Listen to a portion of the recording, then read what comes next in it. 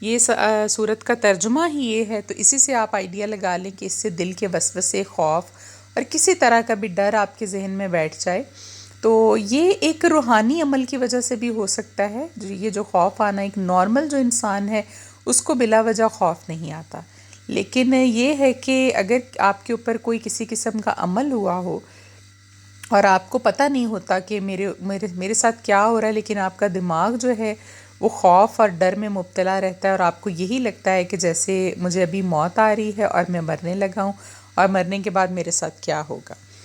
تو یہ عمل جو ہے، یہ وظیفہ جو ہے، آپ اس کو 11 مرتبہ روزانہ پڑھیے اور کامل یقین کے ساتھ پڑھیے اور اتنے دن پڑھیے جب تک کہ آپ ٹھیک نہیں ہو جاتے، کیونکہ دیکھیں چھوٹی سی صورت ہے، اس میں اتنا ٹائم نہیں لگتا، تو اس کو پڑھ لینا چاہیے ضرور. اگر آپ کے ساتھ کوئی ایسے مسائل ہیں تو آپ اس کو پڑھ لیا کریں.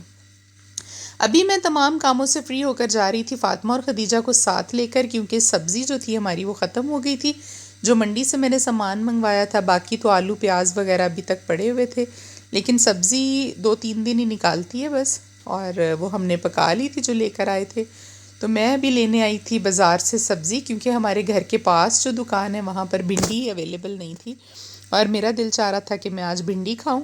تو پھر میں بازار سے آ کر، ایک شاپ ہے یہاں پہ کافی بڑی، وہاں سے بھنڈی لے کر گئی اور ساتھ میں نے وہاں سے شکرگندی لی اور میں نے ٹماٹر لیے اور اسٹرابری مجھے بہت اچھی لگی، آئی ہوئی تھی فریش، وہ بھی میں نے تھوڑی سی لی، مالٹے لیے. اس طرح کا کچھ سامان ختم ہوا ہوا تھا اور کچھ مجھے اپنا موبائل کا پیکج لگوانا تھا، اس کے لیے بھی میں باہر نکلی. اور بعد میں ہم نے وہ سبزی کی شاپنگ کرنے کے بعد چکن بنوایا میں نے، کیونکہ فاطمہ جو ہے وہ چکن کھا لیتی ہے شوق سے. ایک دن اس کو مٹن بنا دیتے ہیں ہم، ایک دن چکن بنا دیتے ہیں. چکن تو ہر چیز میں یوز ہوتا ہے، خدیجہ کی یخنی میں بھی اور ہمارے جو باقی روزمرہ کے کھانے ہیں اس میں بھی. تو وہاں سے واپسی پر فاطمہ کی نظر پڑی آئس کریم کی شاپ پر، تو وہ ضد کرنے لگی کہ مجھے آپ آئس کریم کھلائیں. تو دھوپ بھی اتنی تیز لگی ہوئی تھی کہ آج گرمی کا احساس ہو رہا تھا اس وقت پر. میں نے پھر اس کو آئس کریم لے دی کہ چلے بچی ہے، کافی دن گزر گئے آئس کریم نہیں کھائی اس نے، گرمیوں کی بات ہے جب یہ آئس کریم کھاتی ہے. تو ویسے تو اس کو ونیلا فلیور پسند ہے، لیکن ونیلا ان کے پاس تھا نہیں، تو پھر اس کو چاکلیٹ لے دیا میں نے. اور ابھی میں لے رہی تھی کچھ فروٹس. میری خدیجہ کو آج کل مالٹے بہت پسند آ گئے ہیں، حالانکہ فاطمہ جو ہے وہ کسی قسم کا فروٹ نہیں کھاتی. تو خدیجہ کے بابا جو ہیں وہ مالٹے شوق سے کھاتے ہیں، تو ان کو کھاتے ہوئے دیکھتی ہے تو ان سے لے کر یہ بھی کھاتی ہے.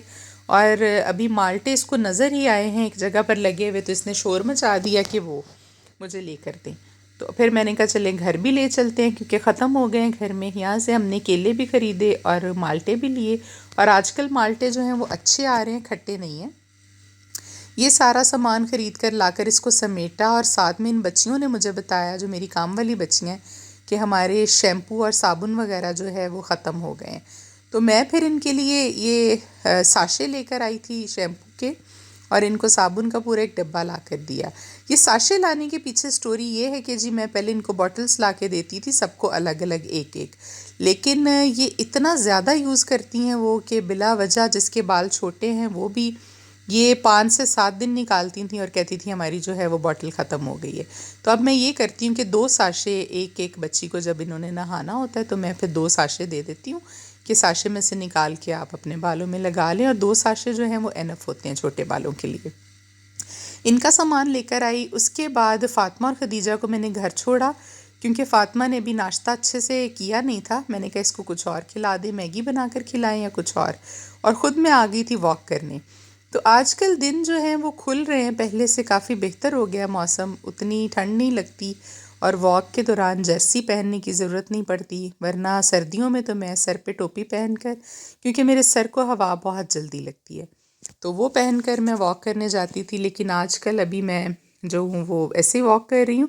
اور واک کرتے ہوئے میں نے اپنا ایک ایم رکھا ہوتا ہے کہ میں نے 101 مرتبہ درود ابراہیمی جو ہے وہ پورا کرنا ہے ہر روز. میں یہ خاص طور پر ہر روز تو 101 ہی ہوتا ہے، لیکن جمعے والے دن تو ویسے ہی درود پاک زیادہ پڑھنا ہوتا ہے. تو یہ اپنا ایک ایم لے کر میں اس اسٹیڈیم کے 4 چکر لگاتی ہوں کہ مجھے اپنے چکروں کے دوران جو ہے وہ تسبیح پر 101 مرتبہ درود ابراہیمی پڑھنا ہے.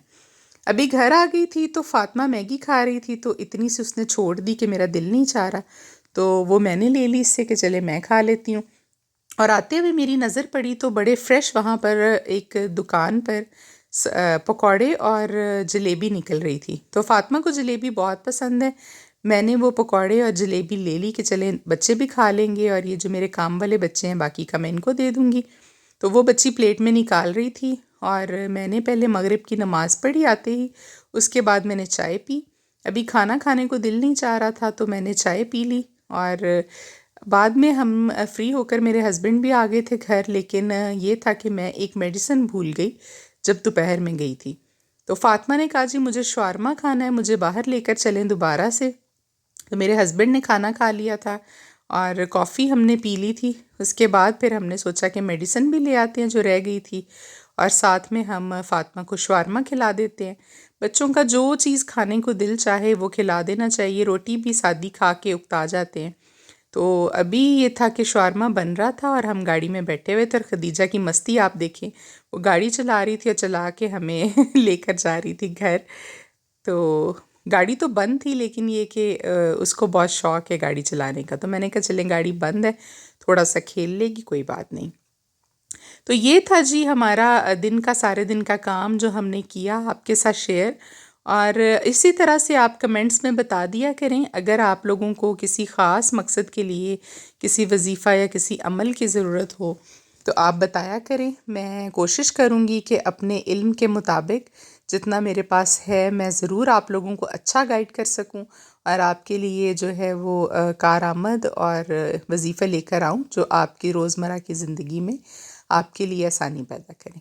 تو ابھی ہو رہا تھا جی کچن صاف، رات کا ٹائم تھا. کھانے وانے کے برتن جو جمع ہوئے تھے میں کبھی بھی رکھواتی نہیں ہوں. میری عادت ہے کہ میں خود چیک کرتی ہوں سونے سے پہلے کہ کچن اچھے سے صاف ہو، برتن دھلے ہوئے ہوں، کیونکہ کام کو ساتھ ساتھ ہی سمیٹنا چاہیے، ورنہ زیادہ جمع ہو جائے تو پھر پرابلم ہوتی ہے.